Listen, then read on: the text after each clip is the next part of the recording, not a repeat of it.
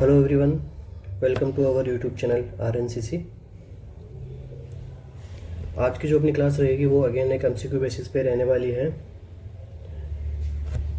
ये जो टॉपिक्स हम चूज़ कर रहे हैं, इन टॉपिक्स में से आपको हर एग्ज़ाम्स के अंदर कुछ ना कुछ आपको क्वेश्चंस देखने को मिलते हैं जो हम अभी टेस्ट सीरीज यहाँ पे MCQ आपको सॉल्व कराए जा रहे हैं।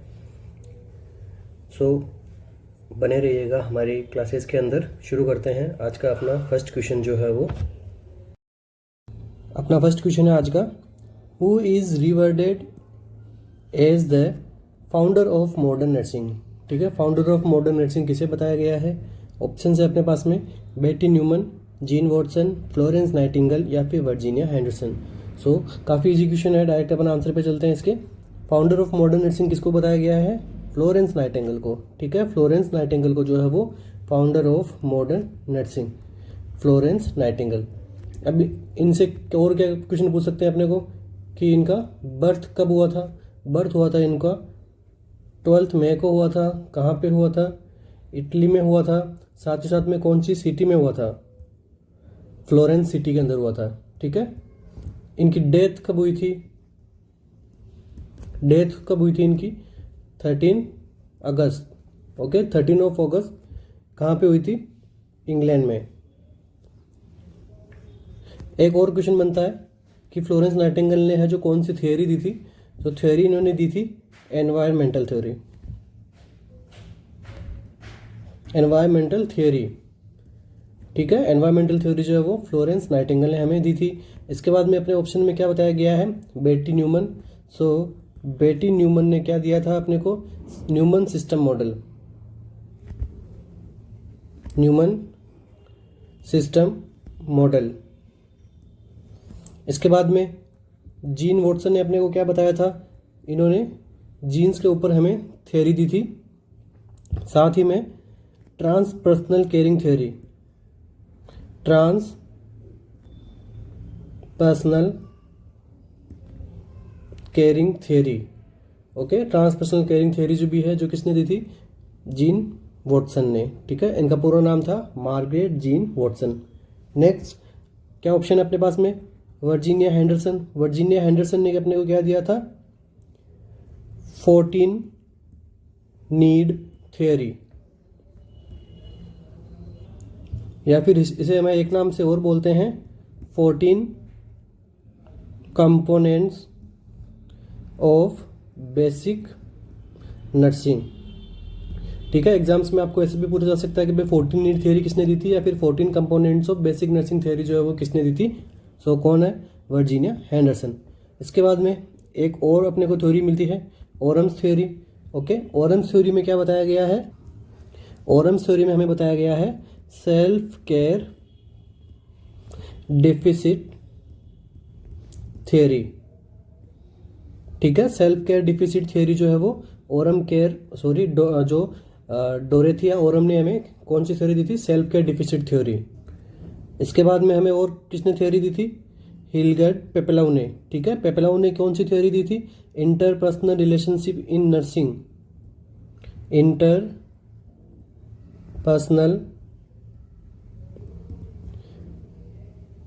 Relationship in nursing theory. Nursing theory Hildegard Peplau ने क्या दिया था? IPR पे थ्योरी दी थी। इसके बाद में एक और अपने को थ्योरी जो मोस्ट इंपॉर्टेंट आती है अपने सिलेबस में, कौन सी आती है? फैज अब्दुल्ला। ठीक है, फैज अब्दुल्ला ने कौन सी थ्योरी दी थी? 21 नर्सिंग प्रॉब्लम। ठीक है, थ्योरी दी थी अपने को 21 नर्सिंग प्रॉब्लम थ्योरी। लास्ट कौन है? इमोजिन किंग। ठीक है, इमोजिन किंग ने अपने को कौन सी थ्योरी दी थी? गोल अटेनमेंट थ्योरी जो है वो किसने दी थी? इमोजिन किंग ने हमें जो है वो गोल अटेनमेंट थ्योरी दी थी। ठीक है, इन सब के साथ में ये थ्योरीज भी कई बार एग्जाम्स के अंदर पूछी जाती है। सारे एग्जाम्स के अंदर PGI RML अपना जो CHOs है, चाहे एम्स हो, किसी भी प्रकार के एग्जाम्स के अंदर यहाँ पे थ्योरीज से क्वेश्चन जरूर बनता है। सो बेसिक ऑफ थ्योरी हमने यहाँ पे कवर अप कर लिया है। क्वेश्चन नंबर फर्स्ट का जो करेक्ट आंसर रहेगा वो क्या रहेगा, फ्लोरेंस नाइटिंगेल। नेक्स्ट क्वेश्चन पे चलते हैं हम। नेक्स्ट क्वेश्चन है हमारा, which statutory body is responsible for ensuring the standard of nursing education in India. ठीक है, अपने इंडिया में जो नर्सिंग एजुकेशन के स्टैंडर्ड है उनको एंश्योर कौन सी बॉडी करती है। ठीक है, कौन सी स्टैट्यूटरी बॉडी जो है वो अपने इंडिया के अंदर नर्सिंग एजुकेशन के स्टैंडर्ड को जो है वो एंश्योर करती है कि हाँ ये स्टैंडर्ड जो है वो नर्सिंग एजुकेशन के होने चाहिए। ऑप्शन में है अपने पास में इंडियन नर्सिंग काउंसिल, बी है NAAC North American association council, C है स्टेट नर्सिंग काउंसिल, डी है university grant commission. Okay, so इस क्वेश्चन का जो अपना करेक्ट आंसर रहेगा वो रहेगा अपना क्या, इंडियन नर्सिंग काउंसिल। ठीक है, इंडियन नर्सिंग काउंसिल जो है वो ये सब चीज़ें जो एंश्योर करता है। इंडियन नर्सिंग काउंसिल कब एस्टैब्लिश हुआ था, ये हुआ था 1947 के अंदर। और इसके बाद में इंडियन काउंसिल ऑफ नर्सिंग जो है कब स्टार्ट हुआ था, ये हुआ था अपने 1899 के अंदर। सो इस क्वेश्चन का जो करेक्ट आंसर रहेगा वो रहेगा option A, Indian nursing council. ठीक है, नेक्स्ट क्वेश्चन के ऊपर चलते हैं अपन अब। Next question, the significant sign of pyloric stenosis. Pyloric stenosis का सिग्निफिकेंट साइन क्या है, ऐसा कौन सा साइन है जिसको अपन ऑब्जर्व करके अपन पता लगा सकते हैं कि हाँ इनको पाइलोरिक स्टेनोसिस की कंडीशन हुई है। फ्रीक्वेंट वोमिटिंग होगी पेशेंट में, प्रोजेक्टाइल वोमिटिंग होगी, ब्लड इन वोमिटिंग, या फिर bile in the vomiting. So pyloric stenosis के अंदर अपने को कौन सा साइन जो है वो अपने को देखने को मिलेगा। सो पाइलोरिक स्टेनोसिस होता क्या है, सबसे पहले अपन ये देख लेते हैं। पाइलोरिक स्टेनोसिस में क्या हो जाता है, नेरोविंग ऑफ पाइलोरिक स्पिंक्चर। ठीक है, जो अपना पाइलोरिक स्पिंक्चर है उसका क्या हो जाता है, नेरो हो जाता है। ठीक है, ये अपना स्टमक का पार्ट हो गया। आगे ये ड्यूडेनम बना देता है। तो यहाँ का स्टमक का लास्ट पार्ट कौन सा होता है, पाइलोरस। तो यहाँ पे जो है वो ओपनिंग जो है वो नेरो हो जाएगी। सो अब क्या देखने को मिलेगा, नेरोविंग होने के बाद में यहाँ पे पेशेंट को जो है वो प्रोजेक्टाइल वोमिटिंग जो है यहाँ पे पेशेंट को देखने को मिलेगी। ठीक है, प्रोजेक्टाइल वोमिटिंग क्यों देखने को मिलेगी, क्योंकि स्टमक कंटेंट है वो आगे नहीं जा पा रहा है इस नेरोविंग की मदद से। ठीक है, तो ऐसे आगे नहीं जा पा रहा है। सो यहाँ पे बैक फ्लो होता है, रीगजिटेशन होता है। ठीक है, यहाँ पे कार्डिक स्पिंक्चर के थ्रू जो है वो रीगजिटेशन ऑफ फूड और वोमिटिंग के साथ में वो फूड जो है वो बाहर निकल जाता है। इस कंडीशन को अपन क्या बोलते हैं, projectile vomiting. So significant sign कौन सा होगा इस क्वेश्चन के अंदर, वो होगा अपना प्रोजेक्टाइल वोमिटिंग। ऑप्शन नंबर 20 यहाँ पे करेक्ट होता है। और इस साथ में प्रोजेक्टाइल वोमिटिंग होने की मदद से यहाँ पे क्या हो रहा है, यहाँ पे एक अपने को मास फील होता है। ओके, उसको अपन क्या बोलते हैं, ओलिव शेप मास। ओलिव शेप मास बोलते हैं या फिर ओवल शेप मास। ठीक है, ओवल शेप मास भी प्रोजेक्टाइल वोमिटिंग पाइलोरिक स्टेनोसिस की कंडीशन के अंदर अपने को देखने को मिलता है। और इसी के बाद में इसकी वोमिटिंग जो होती है, साइन एंड सिम्टम में बात कर लेते हैं अपन। प्रोजेक्टाइल वोमिटिंग भी होती है और ओलिव शेप मास भी अपने देखने को मिलता है। ठीक है, ओवल शेप का हो जाएगा यहाँ पे। ठीक है, यहाँ का जो अपना स्ट्रक्चर है वो ओवल शेप की हो जाएगी। ठीक है, और इसके बाद में यहाँ पे क्या साइन सिम्टम देखने को मिलेगा, एक और क्या देखने को मिलेगा, मोस्ट इंपॉर्टेंट, कई बार क्वेश्चन में पूछा जाता है, नॉन बिलियस वोमिटिंग। ठीक है, नॉन बिलियस वोमिटिंग यहाँ पे जो पेशेंट का वो देखने को मिलती है किसमें, पाइलोरिक स्टेनोसिस के अंदर। ठीक है, जो क्योंकि नॉन बिलियस मतलब बाइल का इन्वॉल्वमेंट, जो वोमिटिंग हो रही है पेशेंट को उसके अंदर बाइल अपने को नहीं देखने को मिलता है। ठीक है, जो बाइल जूस है वो नहीं देखने को मिलेगा। क्यों नहीं देखने को मिलेगा, क्योंकि यहाँ पे ड्यूडेनम के अंदर जो आपको सभी को पता है एम्पुला ऑफ वेटर से क्या होता है, जो बाइल जो है वो ड्यूडेनम के अंदर आके मिक्स होता है। ठीक है, तो यहाँ पे तो पाइलोरस पे ही यहाँ पे नेरोविंग हो चुकी है, फूड कंटेंट यहाँ से आने से पहले ही बाहर निकल रहा है अपनी बॉडी से। सो पेशेंट के अंदर क्या होगा, नॉन बाइलस वोमिटिंग है जो देखने को मिलेगी। इससे भी कई बार काफ़ी अच्छा क्वेश्चन बन जाता है। ठीक है, 3-4 लाइन के अंदर आपको ये सिचुएशन बता दी और लास्ट में पूछ लिया भाई पाइलोरिक स्टेनोसिस में किस प्रकार की वोमिटिंग देखने को मिलती है। ठीक है, और इसी के साथ ही प्रोजेक्टाइल वोमिटिंग जो है वो एक और के अंदर हमें देखने को मिलती है। यहाँ पे तो क्या हो गया, पाइलोरिक स्टेनोसिस हो गया। इसके साथ ही किसमें देखने को मिलेगी, अगर किसी पेशेंट का इंट्राक्रैनियल प्रेशर जो है वो इंक्रीज हो चुका है, उस पेशेंट के अंदर भी क्या होता है, पाइलोरिक प्रोजेक्टाइल वोमिटिंग हमें देखने को मिलती है। ठीक है, तो आईसीबी अगर बढ़ा तो ये क्या करेगा, अपने जो कीमो ट्रिगर जोन होता है यहाँ पे ब्रेन के अंदर, कीमो ट्रिगर जोन एक स्ट्रक्चर होती है। ओके, तो इस पे क्या हो जाता है, कंप्रेशन। ठीक है, इस पे क्या बड़े कंप्रेशन की वजह से ये भी क्या करेगा, अपने को प्रोजेक्टाइल वोमिटिंग करवाता है पेशेंट को। ठीक है, सो आईसीबी का भी अंदर भी हमें प्रोजेक्टाइल वोमिटिंग देखने को मिलती है। साथ ही साथ में पायलोटिक स्टेनोसिस के अंदर भी प्रोजेक्टाइल वोमिटिंग जो देखने को मिलेगी। अब ब्लड इन वोमिट को अपन क्या बोलते हैं? हिमेटेमेसिस। हिमेटेमेसिस, ठीक है, ब्लड इन वोमिटिंग को हम क्या बोलेंगे? हिमेटेमेसिस। सो इस क्वेश्चन का जो करेक्ट आंसर रहेगा वो रहेगा अपना प्रोजेक्टाइल वोमिटिंग। अपन नेक्स्ट क्वेश्चन के ऊपर आज स्टार्ट करते हैं अपना नेक्स्ट क्वेश्चन। नेक्स्ट क्वेश्चन है हमारा, हाउ मेनी एएनसी का मतलब क्या होता है? Antenatal, okay, antenatal care visit, ठीक है, एंटीनेटल केयर विजिट इसको अपन बोलते हैं। सो इसके अंदर how many ANC visit on a minimum should be recommended for an antenatal care mother, ठीक है, जो मदर जो है, जो प्रेग्नेंट है, और उसको जो अपन क्या बोलेंगे? एंटीनेटल केयर मदर को अपन कितनी एएनसी की विजिट रिक्वायर होती है, ठीक है, मिनिमम कितनी रिक्वायरमेंट होती है। सो ऑप्शन में है 6 विजिट्स, 1 विजिट्स, 4 विजिट्स या फिर 5 विजिट। तो सबसे पहले अपन बात कर लेते हैं WHO ने कितनी विजिट रिकमेंडेड की है। WHO ने क्या किया है कि 4 विजिट तो एटलीस्ट होनी ही चाहिए जो मदर प्रेग्नेंट है। और ये कब कब होनी चाहिए? फर्स्ट 12 वीक के ऊपर, सेकंड 20 वीक के ऊपर, थर्ड जो है वो 28 वीक के ऊपर, एंड फोर्थ जो है वो 34th वीक के ऊपर। यहाँ पे एंटीनेटल केयर जो है वो विजिट में हमें करवाना चाहिए। अब यहाँ पे अपने को अपने इंडिया में क्या बताया गया है? इंडिया में भी क्या किया गया? 4 विजिट तो एटलीस्ट मिनिमम होनी चाहिए। यहाँ पे जरूर अपने को टाइम ड्यूरेशन जरूर अपने को चेंज किया गया है, वीक अपने को चेंज किए गए यहाँ पे 16, 20, 24 और 36, ये अपने को इंडिया में बताया गया है। ओके, सो इस क्वेश्चन का जो करेक्ट आंसर रहेगा वो रहेगा ऑप्शन सी, 4 विजिट जो है वो एंटीनेटल विजिट की मिनिमम विजिट होनी चाहिए। इसी के साथ ही आइडियल विजिट कितनी होनी चाहिए, इससे भी कई बार क्वेश्चन में पूछा जाता है कि भाई आइडियल विजिट कितनी होनी चाहिए। सो आइडियल विजिट होनी चाहिए अपने को मेनली 13, ठीक है, 13 विजिट जो है वो आइडियल होनी चाहिए। और ये कब कब होनी चाहिए? 1st to 7th मंथ, ठीक है, 1st to 7 जो 1st मंथ से लेकर 7 मंथ के बीच में जो प्रेग्नेंट लेडी को है वो एवरी मंथ जो है वो एएनसी के लिए जाना है, ठीक है। इसके बाद में 8th मंथ के ऊपर 2 टाइम्स, ठीक है, 15 डेज से यहाँ पे 2 टाइम चेकअप के लिए जाना है। नेक्स्ट 9 मंथ जो है, 9 मंथ के अंदर एवरी वीक, ठीक है, एवरी वीक जो है वो प्रेग्नेंट लेडी को जो है वो एएनसी के लिए जाना है। यहाँ पे एवरी वीक में कितने हो गए?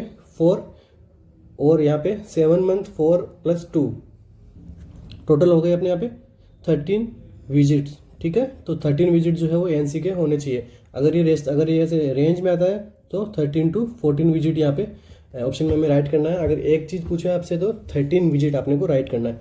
सो इस क्वेश्चन का जो करेक्ट आंसर रहेगा वो क्या रहेगा अपना? ऑप्शन सी, 4 विजिट्स, ठीक है। 4 विजिट जो है वो मिनिमम एएनसी के लिए एएनसी के अंदर अपन करवाते हैं प्रेग्नेंट लेडी से। नेक्स्ट क्वेश्चन आज का अपना, व्हाट इज हाइपर इमेसिस ग्रेविड्रम, ठीक है। हाइपर इमेसिस ग्रेविड्रम हम किसे कहते हैं? फूड कार्विंग या फिर फूड क्रेविंग या फिर एक्सेसिव वॉमिटिंग, मॉर्निंग सिकनेस या फिर लिथार्जी।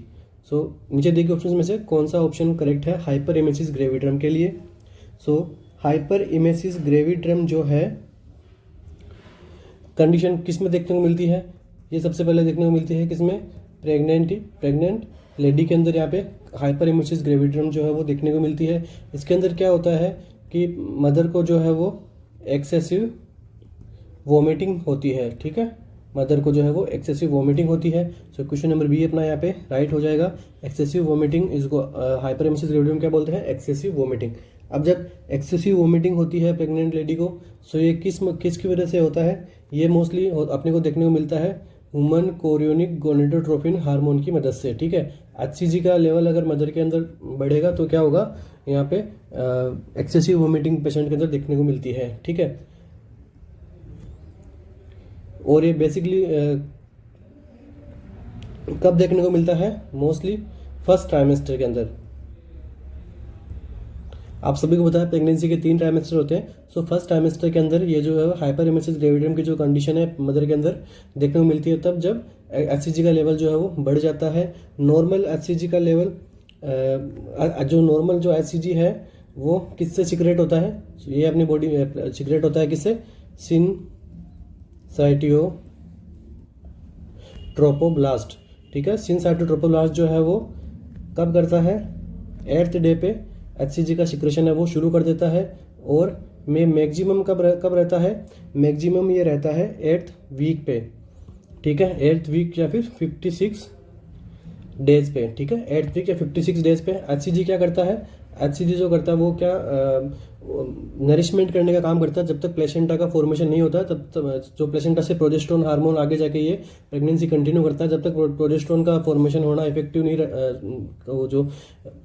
रहता है तो तब तक क्या करता है, HCG करता है प्रोजेस्टेरोन का काम, ठीक है। प्रेगनेंसी को मेंटेन करने का काम कौन करता है, HCG करता है, ठीक है। और इसके बाद में ये अपन यूरिन प्रेगनेंसी टेस्ट के अंदर अपन क्या डिटेक्ट करते हैं, HCG देखते हैं, ठीक है। अगर UPT करते हैं ना तो अपन उसके अंदर HCG उसके अंदर अपने को पता लगाना होता है। नेक्स्ट एक और कंडीशन आती है, अगर यहाँ पे प्रेग्नेंट लेडी है, प्रेग्नेंट लेडी को मॉर्निंग सिकनेस देखने को मिलती है, मॉर्निंग सिकनेस, ठीक है। मॉर्निंग सिकनेस के अंदर क्या होता है, यहाँ पे अर्ली मॉर्निंग के अंदर उसको नोजिया के कंडीशन फील होती है, नोजिया वोमिटिंग होती है अर्ली मॉर्निंग में पेशेंट को। सो यहाँ पे इसकी ड्रग ऑफ चॉइस क्या होती है, ड्रग ऑफ चॉइस होती है उसकी हायोक्सिन, ठीक है। हायोक्सिन जो है वो यहाँ पे पेशेंट की ड्रग ऑफ चॉइस होती है। नेक्स्ट इसका का जो करेक्ट आंसर रहा वो हो गया अपना एक्सेसिव वोमिटिंग।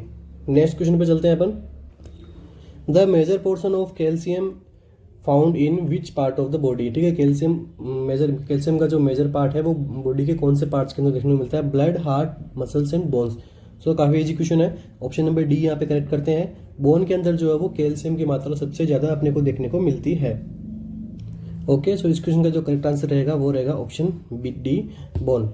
नेक्स्ट क्वेश्चन आज का अपना, immediate first aid treatment of dog bite. अगर किसी पेशेंट को डॉग बाइट हुआ है तो इसका फर्स्ट एड ट्रीटमेंट जो है वो अपन क्या करेंगे, ठीक है। इमीडिएट और first aid treatment, suture the big wound, cover with dressing, wash with soap and water for 15 minutes, option D apply antiseptic, ठीक है। सो अपना फर्स्ट एड ट्रीटमेंट जो है वो क्या होगा, wash with soap and water for 15 minutes, ठीक है। यहाँ पे अपन सोप एंड वाटर से जो है वो वाउंड को जो है वो क्लीन करवाएंगे, पेशेंट को बोलेंगे कि आप सोप और वाटर से इस वुंड को जो है वो क्लीन कीजिए सबसे पहले, ठीक है। सूचर द बिग वाउंड, ठीक है, सूचर करते हैं बट इसको अपन टाइटली क्लोज नहीं करते हैं कभी भी। अगर बड़ा वाउंड है, ठीक है, तो इसको लूज जो है वो सूचर रखते हैं, ठीक है। और कवर विथ ड्रेसिंग, इसको अपन ओपन रखते हैं। और अप्लाई एंटीसेप्टिक, इसका जो करेक्ट आंसर क्या रहेगा वो रहेगा wash with soap and water, ठीक है। अब अगर किसी पेशेंट को जो है वो डॉग बाइट हुआ है तो अपन आगे उसको क्या एजुकेशन देंगे कि भाई आप जो पेशेंट को है वो 10 डेज तक जो जिस डॉग ने आपको बाइट किया है उसको क्या करोगे, ऑब्जर्व करोगे, ठीक है। अगर ये जो डॉग है वो विद इन 7 डेज के अंदर अंदर इसकी डेथ हो जाती है, सो आपको आके यहाँ पे इन्फॉर्म करना है कि भाई हाँ जो है वो डेथ हो गई है। डेथ किसकी वजह से हो सकती है, अगर उस डॉगी को जो है वो रेबीज वायरस अगर उसको होगा सो यहाँ पे उसकी डेथ हो जाएगी, ठीक है। रेबीज वायरस किसकी वजह से फैलता है, लिस्सा वायरस, ठीक है। यहाँ से कई बार क्वेश्चन में आ चुका है ये कि रेबीज वायरस का पॉजिटिव ऑर्गेनिज्म क्या है, लिस्सा वायरस यहाँ पे, ठीक है। अब यहाँ पे क्या करते हैं अपन, यहाँ पे क्या करते हैं ARV एंटी रेबीज वैक्सीन यहाँ पे अपन जो है वो पेशेंट को देते हैं। कब देते हैं, 0, 3rd, 7th, 14 और 28 वीक पे ऊपर 28 डेज के ऊपर अपन क्या करते हैं, अपन ARV की जो है वो ड्रग्स अपन जो है वो इंजेक्ट करते हैं पेशेंट को, ठीक है। तो यहाँ पे ये हो गए डॉग बाइट से रिलेटेड कुछ क्वेश्चंस अपने। नेक्स्ट क्वेश्चन अपने आज के, विच of the following is 4th cranial nerve, ठीक है। 4th क्रेनियल नर्व कौन सी है अपने, एब्ड्यूसेंस, ट्रोक्लियर, ट्राइजेमिनल या फिर फेशियल।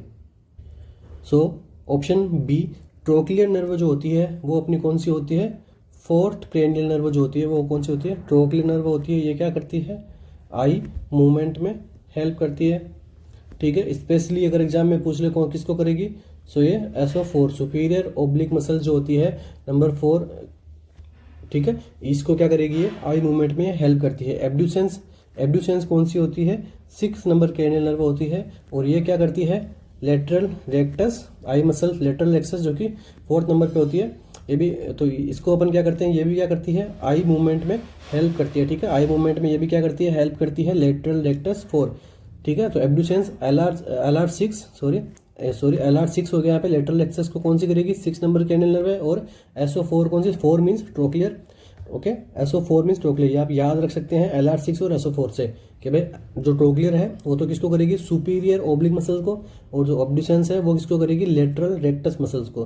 ठीक है, इसके बाद में जो ट्राइजेमिनल है, ट्राइजेमिनल को अपन कौन सी नर्व बोल दिया, फिफ्थ नर्व। ठीक है, अगर इस नर्व के अंदर कोई भी इन्फेक्शन की कंडीशन हो जाती है, इन्फेक्शन की कंडीशन हो जाती है, इस पेशेंट को अपन कंडीशन क्या बोलते हैं, ट्राइजेमिनल न्यूरैल्जिया। ट्राइजेमिनल न्यूरैल्जिया, इस कंडीशन में क्या होता है, पेशेंट को सीवियर यहाँ पे पेन फील होता है पेशेंट को। सो यहाँ पे अपन क्या करते हैं, इसकी ड्रग ऑफ चॉइस कौन सी होती है, ड्रग ऑफ चॉइस होती है इसकी CPZ, कौन सी होती है, कार्बामाजेपिन। ठीक है, कार्बामाजेपिन जो है वो इसकी ड्रग ऑफ चॉइस होती है। इसी के बाद में अपन एक काफ़ी इंपॉर्टेंट क्वेश्चन बन जाता है इससे कि जब पेशेंट को कार्बामाजेपिन चलती है तो नर्स का क्या रोल है। सो नर्स का रोल है यहाँ पे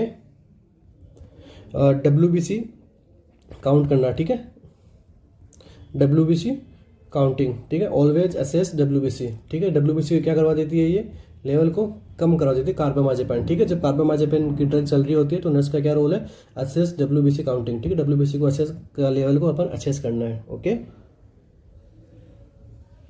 नेक्स्ट फेशियल। फेशियल कौन सी होती है, 7th नंबर। ठीक है, अगर फेशियल नर्व के अंदर अगर कोई किसी भी प्रकार का डैमेज हो गया तो इसको अपन क्या बोलेंगे, बेल्स पाल्सी। ठीक है, बेल्स पाल्सी बोलेंगे, या फिर इसको क्या बोलेंगे अपन, फेशियल पाल्सी। ठीक है, एक साइड का जो फेस है वो पेशेंट का थोड़ा लटका हुआ अपने को देखने को मिलेगा, आईलिड्स जो वगैरह है वो प्रॉपर वर्क नहीं करेगी वो। ठीक है, किस कंडीशन में, फेशियल पाल्सी के पेशेंट्स के अंदर। नेक्स्ट, ये सारी नर्व को अपन देख लिया है, आई होप आपके अच्छे से समझ में आ रहा होगा। नेक्स्ट क्वेश्चन पे अपन बात करते हैं, the ability of human body to protect itself from pathogens is known as. ठीक है, ह्यूमन बॉडी की ऐसी एबिलिटी जो हमें क्या करती है, प्रोटेक्ट करती है खुद से ही। ठीक है, अपनी बॉडी खुद से ही प्रोटेक्ट करती है पैथोजन से। इस कंडीशन को अपन क्या बोलते हैं, सिक्रेशंस ऑफ हॉर्मोन्स, या secretions of hormone, hyper sensitivity, locomotion, या फिर इम्यूनिटी। ठीक है, सो ऑप्शन डी यहाँ पे करेक्ट होता है। इसको अपन क्या बोलते हैं, इम्यूनिटी बोलते हैं। सिक्रेशंस ऑफ हार्मोन्स यहाँ पे बॉडी को यहाँ पे प्रोटेक्ट नहीं करते हैं। ओके, ये एक नॉर्मल मैकेनिज्म्स होती है कि भाई बॉडी के अंदर हार्मोन्स का सिक्रेशन होना। हाइपर सेंसिटिविटी की किसी भी एक चीज़ के प्रति अगर अपनी बॉडी हाइपर रिस्पॉन्स करती है, इसको अपन बोलते हैं हाइपर सेंसिटिविटी। लोकोमोशन यहाँ पे कोई सेंस का वो नहीं है, और ऑप्शन डी अपना क्या रहेगा, करेक्ट रहेगा। क्योंकि इम्यूनिटी क्या होती है अपनी, अगर किसी पर्सन की अच्छी इम्यूनिटी है सो वो पर्सन का क्या बीमार होने की कंडीशन उसके अंदर कम रहती है। ओके, सो यहाँ पे अपना क्या ऑप्शन रहेगा, ऑप्शन डी यहाँ पे होता है क्या, करेक्ट। नेक्स्ट क्वेश्चन अपना आज का, which of the following helps to reduce anxiety and post operative pain. So ऐसी कौन सी काम है जो कि यहाँ पे क्या कर, नीचे के ऑप्शंस में से ऐसा कौन सा ऑप्शन है जो यहाँ पे हेल्प करेगा पेशेंट की, एक तो एंजाइटी को कम करने में और पोस्ट ऑपरेटिव पेन को कम करने में। ओके, सो नर्स का यहाँ पे क्या काम रहेगा, अगर नर्स क्या करेगी, सो रेस्ट एंड स्लीप का बोलेगी या पेशेंट को, या फिर साइकोलॉजिकल काउंसलिंग करेगी उसकी, या फिर प्री ऑपरेटिव टीचिंग करेगी, या फिर प्री ऑपरेटिव चेकलिस्ट। ठीक है, सो इस क्वेश्चन के अंदर जो करेक्ट आंसर रहेगा वो क्या रहेगा, प्री ऑपरेटिव टीचिंग। ठीक है, प्री ऑपरेटिव टीचिंग जो है वो यहाँ पे पेशेंट जो है वो नर्स जो है वो पेशेंट को यहाँ पे एजुकेट करेगी। ठीक है, कि भाई हाँ आपका जो सर्जरी है वो ऐसे ऐसे होगी, इसके अंदर हम एनेस्थीसिया देके करेंगे तो आपको वो पेन नहीं होगा। ठीक है, यहाँ पे जो ऑप्शन ए क्या है, rest and sleep. Rest and sleep के अंदर उसका कोई भी रोल नहीं है, एंजाइटी कम नहीं होगी क्योंकि उसको तो ऑपरेशन से यहाँ पे फियर हो रहा है। ओके, साइकोलॉजिकल काउंसलिंग, यहाँ पे साइकोलॉजिकल काउंसलिंग, यहाँ पे एंजाइटी जो हो रही है वो किससे हो रही है, उसको साइकोलॉजिकली कोई प्रॉब्लम नहीं है यहाँ पे, वो ये ऑपरेशन की वजह से यहाँ पे क्या हो रही है, एंजाइटी हो रही है। ठीक है, ऑपरेटिव पेन की वजह से। ठीक है, सो यहाँ पे साइकोलॉजिकल काउंसलिंग देने से कोई मतलब नहीं है, उसको अपन क्या करेंगे, प्री ऑपरेटिव टीचिंग करेंगे कि भाई हाँ आपको जो पेन यहाँ पे फील नहीं होगा, कैसे नहीं होगा, क्योंकि हम एनेस्थीसिया देके करेंगे और हम मेडिकेशन देते हैं, उसको सारा जो प्रोसीजर है अपन उसको एक्सप्लेन करेंगे। ठीक है, प्री ऑपरेटिव चेकलिस्ट, इस चेकलिस्ट के अंदर अपन क्या करते हैं, यहाँ पे अपन ऑपरेशन से रिगार्डिंग जो भी अपने को इक्विपमेंट चाहिए, या फिर जो भी अपने को प्रोसीजर के अंदर जो भी अपना क्या प्रोसीजर रहेगा उसके बारे में अपन सारी चीज़ें अपन मैनेज करते हैं उस चेकलिस्ट की मदद से। सो ऑप्शन डी ऐसे राइट नहीं होगा, ऑप्शन बी भी राइट नहीं होगा, और ऑप्शन ए भी राइट नहीं होगा। करेक्ट ऑप्शन कौन सा रहेगा, प्री ऑपरेटिव टीचिंग यहाँ पे पेशेंट का जो है वो करेंगे, जिसकी मदद से उसकी एक तो एंजाइटी कम होगी और पोस्ट ऑपरेटिव में जो पेन होगा उसको वो भी अपन पेशेंट को पता रहेगा कि हाँ यहाँ पे मेडिकेशन से अपन पोस्ट ऑपरेटिव पेन को जो सबसाइड कर सकते हैं। सो इस क्वेश्चन का जो करेक्ट आंसर रहेगा वो रहेगा ऑप्शन सी। नेक्स्ट क्वेश्चन आज का अपना, telling the truth is practice which ethical principle. ठीक है, आप सभी को बताया कि नर्सिंग के अंदर कुछ टाइप के प्रिंसिपल्स होते हैं। ठीक है, जैसे कि अपने को प्रिंसिपल यहाँ पे नीचे ऑप्शंस में दिए गए हैं, जो नॉन मालेफिशियंस, जस्टिस, बेनिफिशियंस या फिर veracity. So telling the truth is called as veracity. ठीक है, वेरासिटी यहाँ पे करेक्ट ऑप्शन हो जाता है कि अगर किसी पेशेंट को अपन ट्रूथ बताते हैं, सो ये क्या है, इथिकल प्रिंसिपल है। कौन सा है, वेरासिटी। बेनिफिशियंस में क्या होता है कि अपन पेशेंट के लिए कुछ बेनिफिट कर रहे होते हैं, ओके, उसके ट्रीटमेंट से रिलेटेड या उसको कोई भी एजुकेट कर रहे हैं किसी भी चीज़ को लेकर, तो यहाँ पे क्या होता है, बेनिफिशियंस। जस्टिस मीन्स अपन पेशेंट के लिए अपन सही उसको अपन बता रहे होते हैं। ठीक है, अपन अपने काम को अपन जस्टिस से अपन कर रहे होते हैं, तो यहाँ पे इसको अपन बोलेंगे जस्टिस। नॉन माल एफिशिएंस, तो पेशेंट को अपने जो वर्क से है वो कुछ भी किसी प्रकार की जो हानि है वो नहीं होती है। So telling the truth is called as veracity. ठीक है, telling the truth is called as veracity. Next option पे चलते हैं अपन आज के, a muscular pouch like sac that lies slightly to the left of the abdomen to store food. ठीक है, टेम्परली नॉन एज, फूड का जो टेम्परली स्टोर करता है, कहाँ पे करता है, लेफ्ट ऑफ द एब्डोमेन, और वो ये क्या है, मस्कुलर ऑर्गन है और पाउच लाइक ऑर्गन है। तो इसको अपन क्या बोलेंगे, stomach, urinary bladder, gall bladder या फिर लंग्स। इजी क्वेश्चन है, इसको अपन क्या बोलेंगे, स्टमक अपन इसको बोलेंगे। ठीक है, जो कि अपने को left side of the abdomen भी प्रेजेंट है, फूड का स्टोरेशन का भी काम करता है, और ये मस्कुलर ऑर्गन है और ये पाउच लाइक रहता है जो कि फूड का। और इसका एक एग्जाम में पूछ लेते हैं कि भाई इसकी वो कितनी रहती है क्वांटिटी, तो ये 1200 ml तक एडल्ट में। ठीक है, 1200 से 1500 ml। ओके, यहाँ पे करेक्ट रहता है। यूरिनरी ब्लैडर अपने को पता ही है, यूरिन का स्टोर करता है। गाल ब्लैडर क्या करता है, बाइल जूस का। लंग्स में क्या होता है, लंग्स तो CO2 का जो गैसेज का है एक्सचेंज करने में काम करता है। ठीक है, सो ऑप्शन इसका क्वेश्चन का तो करेक्ट आंसर रहेगा वो रहेगा ऑप्शन ए। नेक्स्ट क्वेश्चन हमारा आज का, the first aid treatment for choking is. अगर किसी पर्सन को अगर चोकिंग की कंडीशन हुई है तो यहाँ पे अपन उसका क्या फर्स्ट एड करेंगे। ऑप्शन ए क्या है, call for ambulance, B give something to drink, C try to remove the object with your fingers, D give 5 sharp back blows between shoulder blades. ठीक है, शोल्डर ब्लेड्स के बीच में 5 time जो है वो शार्प अपन यहाँ पे टेपिंग करेंगे। सो इस क्वेश्चन का जो करेक्ट आंसर रहेगा वो रहेगा ऑप्शन डी। ओके, सो इस क्वेश्चन के अंदर क्या रहेगा, give 5 sharp back blows between the shoulder blades. Okay, ये अपना जो लेफ्ट शोल्डर हो गया, ये अपना राइट शोल्डर हो गया। ठीक है, तो यहाँ पे जो शोल्डर ब्लेड्स के ऊपर अपन क्या करेंगे, 5 यहाँ पे टैपिंग करेंगे। ठीक है, सो इसको अपन आगे भी कर सकते हैं, बट स्टार्ट में एक बार में 5 टैपिंग करनी होती है। ठीक है, सो इस क्वेश्चन का जो करेक्ट आंसर रहेगा वो क्या रहेगा, option D. Call for ambulance करेंगे, बट इसकी फर्स्ट क्या प्रायोरिटी रहेगी, अपन ये शोल्डर ब्लेड्स के बीच में 5 स्लैब्स करेंगे। और गिव समथिंग टू ड्रिंक, अगर अपन उसको कुछ ड्रिंक करने के लिए दे दिया है तो वो ऑफकोर्स ये सब चीज़ें क्या होती है, एस्पिरेट करने का चांस कर देती है पेशेंट, एस्पिरेशन का कंडीशन होती है पेशेंट के अंदर। Try to remove the object with your fingers, अगर आप फिंगर डालोगे उसके मुंह के अंदर, वो ऑब्जेक्ट को निकालने की कोशिश करोगे तो हो सकता है कि ये ऑब्जेक्ट और आगे आ जाए, जो भी बचा कुचा पेशेंट को सांस आ रहा हो वो भी रुक जाएगा। ठीक है, सो यहाँ पे ऑप्शन सी भी यहाँ पे क्या हो जाता है, रॉन्ग हो जाता है, बी भी रॉन्ग और ए भी रॉन्ग। अपना जो करेक्ट आंसर क्या रहेगा वो रहेगा option D, give 5 sharp back blows between the shoulder blades. Okay, और ये मोस्ट कॉमनली अपन किस में लेते हैं, इन्फेंट्स के अंदर। ठीक है, इन्फेंट्स के अंदर जो है वो अपन मोस्ट कॉमनली अपन इसी प्रकार से जो इन्फेंट को अगर चोकिंग हुई है तो यहाँ पे पेशेंट को, और इसके अंदर अपन पूछ लेते हैं कि भाई पोजीशन क्या देंगे, तो पोजीशन यहाँ पे क्या देंगे, प्रोन पोजीशन। ठीक है, प्रोन पोजीशन के अंदर अपन पेशेंट को लाएंगे, फिर उसके बाद में शोल्डर ब्लेड्स के बीच में 5 जो है वो टेपिंग करेंगे शार्प तरीके से। मतलब शार्प मीन्स थोड़ा अपन जोर से, थोड़ा हल्के जोर से अपन उसको टेपिंग करते हुए उसका जो फॉरेन एयरवे ऑब्स्ट्रक्शन हुआ है जो उसको अपन बाहर निकालने की कोशिश करेंगे। इसके बाद में एक क्वेश्चन और अपने को पूछा जाता है इसी प्रकार से कि भाई हेमलिच मैन्यूअर अपन किसको बोलते हैं। Okay, Heimlich manure. ठीक है, हेमलिच मैन्यूअर जो मेनली अपन किस में परफॉर्म करते हैं, हेमलिच मैन्यूअर में अपन करते हैं एब्डोमिनल थ्रस्ट मैन्यूअर में। ठीक है, सॉरी, हेमलिच मैन्यूअर का दूसरा नाम क्या है, एब्डोमिनल थ्रस्ट मैन्यूअर। ठीक है, इसके अंदर अपन क्या करते हैं, इसके अंदर जो है वो अपन क्या करते हैं, सबसे पहले जीपॉइड प्रोसेस ऑफ स्टर्नम, ठीक है, सबसे पहले अपन क्या करेंगे, एक फिस्ट का फॉर्मेशन करेंगे। ठीक है, अपने थंब को फिंगर्स के अंदर डाल के जो अपना स्टेनम का जो जिपोइड प्रोसेस है वहां पे अपन उसको लगाएंगे। लगाने के बाद में प्रेस बाय अपन इसको क्या करेंगे, प्रेस करेंगे। प्रेस कैसे करेंगे, इनवर्ड एंड अपवर्ड।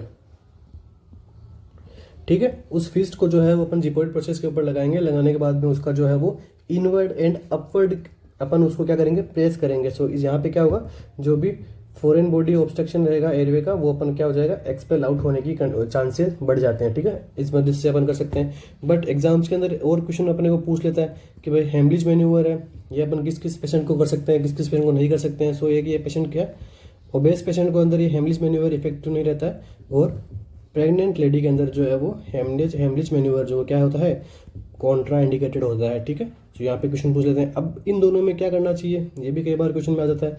सो इन दोनों में अपन क्या करते हैं चेस्ट थ्रस्ट मैन्यूवर। ओके, इसके अंदर क्या करते हैं, चेस्ट थ्रस्ट मैन्यूवर जो है अपन पेशेंट को करवाते हैं। ओके, ये कुछ अपन क्वेश्चंस हो गए यहाँ पे एक्स्ट्रा में।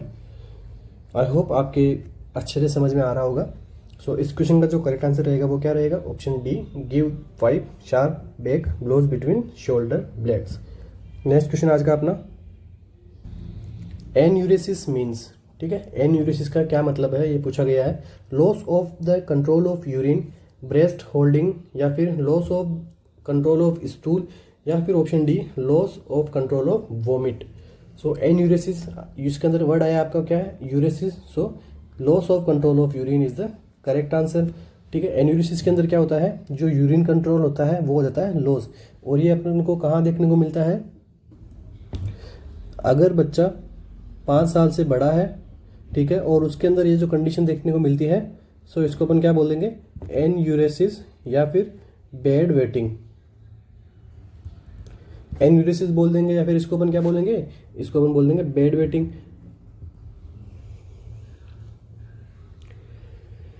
मोस्टली किस में देखने को मिलता है, चाइल्ड में देखने को मिलेगा। ठीक है, क्योंकि बच्चा क्या है 5 साल से बड़ा हो तब देखने को ये कंडीशन अगर ये होती है, तो इसको अपन बोलेंगे enuresis. Loss of control of stool, इसको अपन क्या बोलेंगे, इसको अपन बोलेंगे एनकॉर्पोरेसिस। ठीक है, एनकॉर्पोरेसिस, ठीक है, एनकॉर्पोरेसिस को अपन बोलेंगे। नेक्स्ट क्या है, loss of control of vomit, ये कोई टर्म नहीं होती। ब्रेस्ट होल्डिंग, यहाँ पे एन्यूरेसिस का मतलब ब्रेस्ट होल्डिंग करना नहीं होता है। और अब एन्यूरेसिस की जो कंडीशन होती है, तो उसको अपन ट्रीटमेंट कैसे करते हैं, इससे कई बार अपने को एग्जाम में क्वेश्चन पूछा जाता है, पूछा भी गया है, काफ़ी इंपॉर्टेंट क्वेश्चन बनता है। So first treatment of the choice क्या है इसकी, alarm therapy. Okay, first treatment of choice क्या है इसकी, अलार्म थेरेपी है। फर्स्ट प्रायोरिटी क्या रहेगी, अलार्म थेरेपी। इसके बाद में सेकंड में क्या रहेगा, ड्रग में अपन कौन सी देंगे, डेस्मोप्रेसिन। ठीक है, डेस्मोप्रेसिन फर्स्ट चॉइस रहेगी। इसके बाद में अगर डेस्मोप्रेसिन यहाँ पे ऑप्शन में नहीं है, तो क्या देंगे अपन, इमिपिरामाइन। ठीक है, इमिपिरामाइन जो है अपन यहाँ पे ड्रग जो है पेशेंट को देते हैं। ये कौन सी ड्रग होती है, इमिपिरामाइन, ये होती है एंटी डिप्रेसेंट ड्रग। ठीक है, कौन सी कैटेगरी भी पूछ लेते हैं कई बार, तो ये होती है TCA, tricyclic anti depressant agents होती है। सो इमिप्रामाइन के बारे में भी कई बार क्वेश्चन पूछ लेते हैं, कौन सी कैटेगरी की है और कौन सी ड्रग की है। आई होप आपके अच्छे से समझ में आ रहा है। नेक्स्ट क्वेश्चन आज का अपना, when you come across a person lying unresponsive on the road. जब आप एक रोड के ऊपर जा रहे होते हैं और आपको पता लगता है कि एक जो पर्सन है वो रोड के ऊपर पड़ा हुआ है, और मतलब रोड के ऊपर लेटा हुआ है, और वो क्या है, अनरेस्पॉन्सिव है। ठीक है, उसमें किसी भी प्रकार का रिस्पॉन्स नहीं है। Your first action should be to. ठीक है, आपका इस कंडीशन के अंदर आपका फर्स्ट एक्शन जो है वो क्या होगा, make the person to lie on one side, call an ambulance and start CPR, make the person to sit, leave the person to walk up himself. आपको क्या करना है कि leave the person to wake up himself. Okay, ये तो गलत हो जाएगा क्योंकि पेशेंट पहले से ही क्या है, अनरेस्पॉन्सिव है। आप कैसे छोड़ सकते हो अनरेस्पॉन्सिव पेशेंट को, अनरेस्पॉन्सिव पेशेंट है तो ये आप पेशेंट को बिठा भी नहीं सकते। तो ये भी यहाँ पे ऑप्शन जो है वो गलत हो जाता है।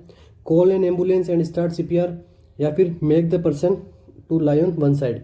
सो इस कंडीशन के अंदर अपन क्या करते हैं, जब भी किसी पर्सन को अपन सीपीआर देते हैं और अगर वो खुले, अगर वो रोड के ऊपर है या फिर जंगल में है या फिर कहीं भी है, तो सबसे पहले उसको अपन क्या करेंगे, सेफ्टी उसको अपन प्रोवाइड कराएंगे। ठीक है, किसी भी सेफ प्लेस के ऊपर अपन उस पेशेंट को वो पहुंचाएंगे, या फिर अपन रोड से अपन उसको क्या करेंगे, साइड में करेंगे, ताकि आने जाने वाली गाड़ियां वगैरह है वो उसको और हार्म नहीं करे।